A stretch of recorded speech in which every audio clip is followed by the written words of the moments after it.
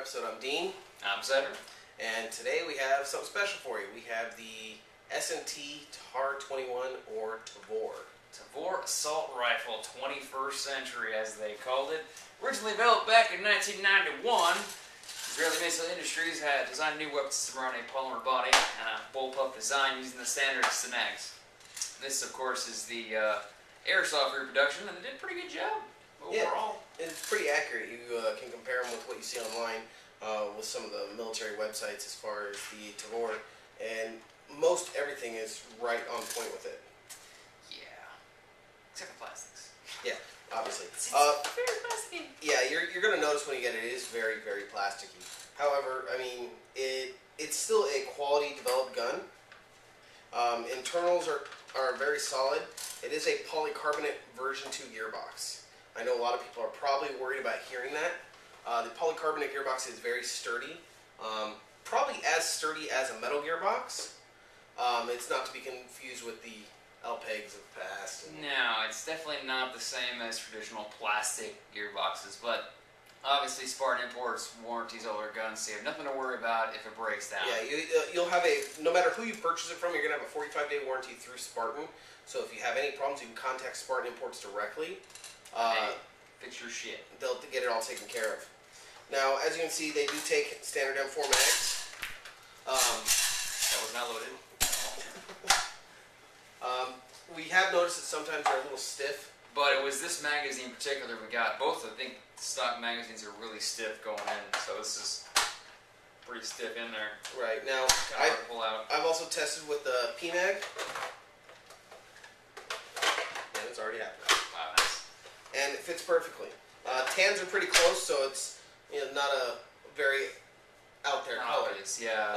And then obviously the other 300 high cap we have fit in perfectly. D-boys. So you are going to be able to find additional magazines available very easily. Another key point of this one, it does have a charging handle that blocks the bolt catchback, which will give you easy access to your hop-up adjustment, and then the bolt releases right there. Bam. Just like the real thing. Just kind of nice. I'll go ahead and have CYPHRE go ahead and show you where the battery installs on it. Oh, this is the easiest install we've ever had, probably, in all our history. Yeah, exactly. Little button on the side here.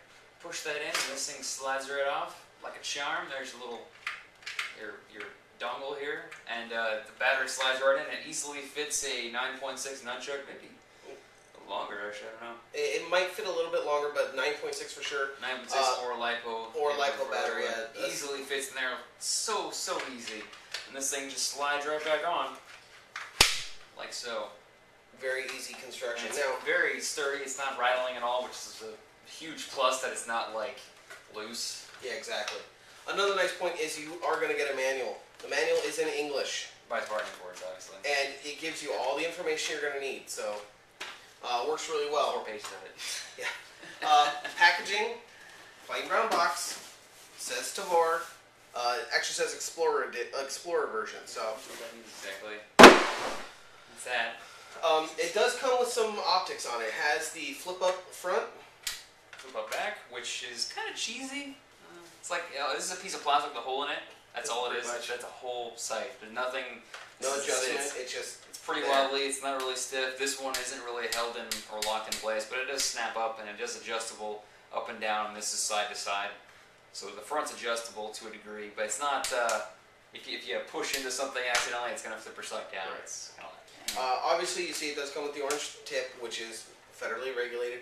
And they're using a standard M4 flash hider. It is 14mm counterclockwise, so you can add any flash hider you want, suppressor, anything like that.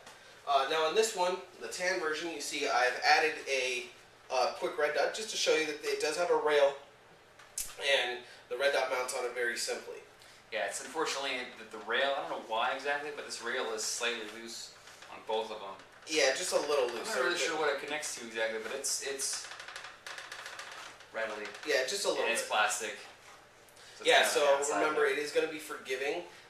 If you happen to scuff your rail system, you can always file it back into place. As long as it doesn't break completely off. Right. We're not really sure how sturdy that part is just yet. But overall, I mean, general consensus on it, I was really impressed. Now, another nice thing is it does have trades on it.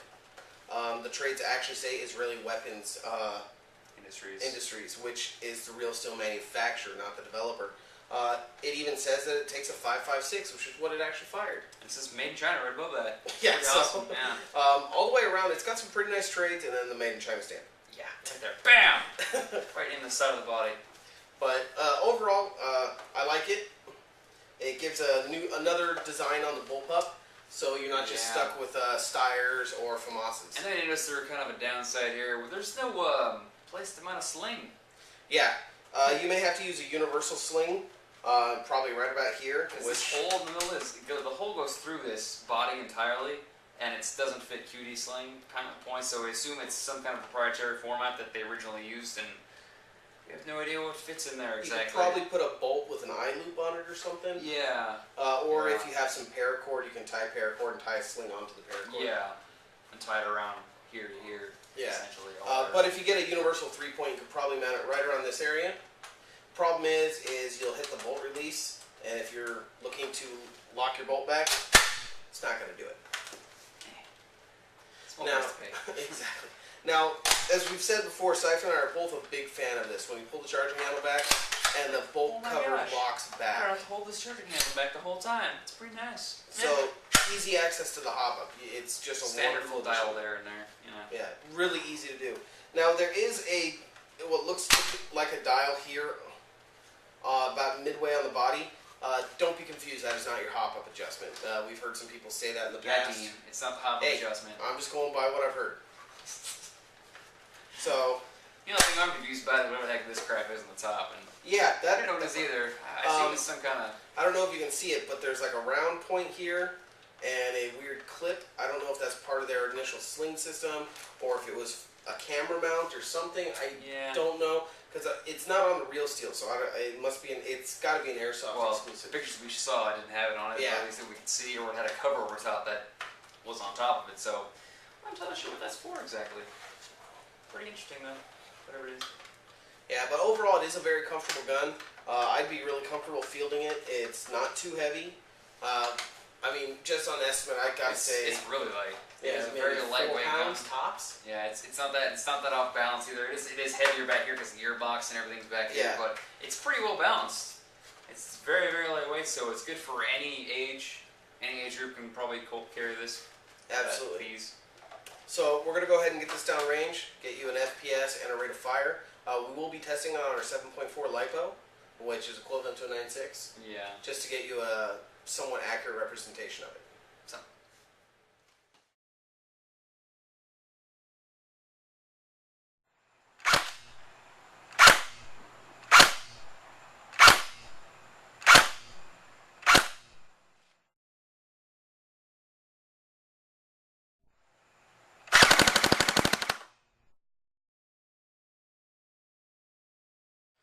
So we had a successful trip down range. Average FPS about 340. Which is pretty good medium. Yeah, decent. It'll definitely field on most Airsoft fields available. Yeah. Any indoor, outdoor CQB event will be perfect for it. Rate of fire was a little lower than I expected, but it may be that the battery's not a full charge. Yeah, that might be possible. But it's coming in right around 12 rounds a second. Most standard AEGs give you somewhere 14 to 16 on a 9.6. It's good ones, yeah. Yeah. So. This, of course, only costs $160, roughly speaking. Which is a great price for a carbine barrel length very unique rifle. Piece. Yeah, it's. I think this particular one was a 16-inch barrel, which is 400 something millimeter, which is pretty darn long. Right, so it's pretty decent for accuracy. Now there is a drawback with it. It doesn't come with battery or charger. Okay, so 160 does not get you much then. It gets Really cut your magazine. These magazines. It gets you a plastic body and a gun. And these stiff-ass magazines, because these are... We're very sure it's the magazine. Yeah, because if I take this one out, he can use mine, no issues. No problem. I take his, and stiffer than you'd like to know. Yeah. So, if you're having issues with your magazine, it's probably just that magazine. Grab a different high cap, you're probably fine. Yeah. Grab a P-Mag. I wouldn't be surprised if the Beta Mag fits in there. Maybe. That would be an interesting thing. Back there, yeah. It would be kind of hard to hold. Be like, "Durr." Be fun though. Yeah, hilarious. Definitely wouldn't hold a standard box mag. Probably not. No. Just won't work with it. But any other standard M4s, Echo 1850 round, that would look pretty interesting on this too. But Yeah, dude. anyhow, it's overall a wonderfully made gun. I'm very impressed with the quality, durability. It does seem a little plasticky, but And a little rickety. This thing moves. I don't know why it moves. yeah, I can feel the gearbox internally shake a little bit against the body, and this one has a little rattle in it. This thing is moving back and forth, which is This one does too. not terribly impressed with that part, but you know, it's not a big deal for $160. Right, for $160, you're still getting a quality gun that's going to perform pretty well for you with a manufacturer-backed warranty, which you don't see too often. Yeah. Other than KWA, you never see it. Right. So Because they don't care. I myself am going to give it an 8 because the price point's right. It's something interesting that's different from any other gun on the field. So you're not going to look like every other guy on the field with a standard M4 or G36. I like the fact that it is M4 capable, just like the real steel would have been. The charging handle locking back, version 2 gearbox. and it's version 2 gearbox, so it's easily upgradable. You're going to be able to do a lot of stuff to it. Overall, like I said, 8, mainly because the only thing knocks it down for me is battery and charger. Okay. I mean, the missing and not having a sling point, stuff like that. Oh yeah, those are minor things, but like I said, I'm giving it an 8. Yeah, it has a lot of pluses to it. I'm going to give it a 7, unfortunately, because it's not exactly entirely well built in general. The lack of a sling point is kind of a huge disadvantage to me, because having a sling mount is kind of important for any game, any range day you intend to do with any gun. It is very lightweight, so you're not going to worry about weight too much, but having a sling point is kind of important. Maybe some proprietary, I don't know. And looking at a couple of different ideas, I mean, we were talking to put a sling here, but you can also put a sling right there. The weight's all back here. Yeah, but I mean, you can hang something there, it should be fine. Be a little higher than you might like it, but it should work. It's drawback. And this movement is bad. I don't know, I'm kind of afraid this will fall out, kind of. I don't know what it's attached to exactly, but it's kind of sprung in there, too.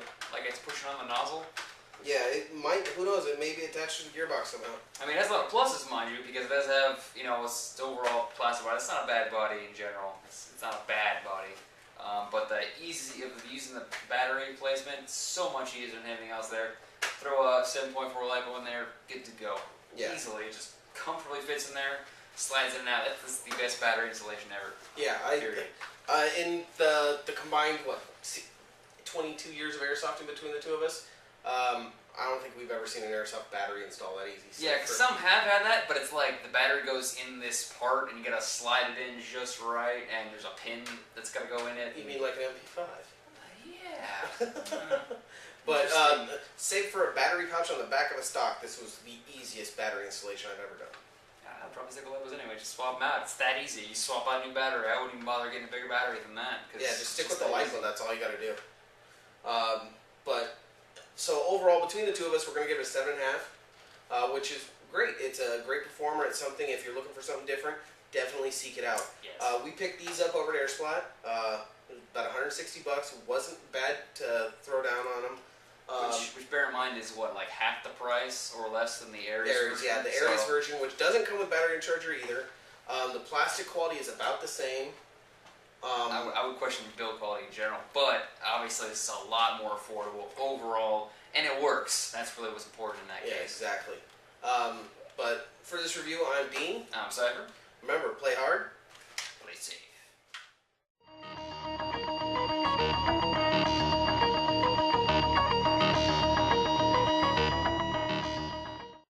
So we're going to be doing a build. This build is for you, our viewers.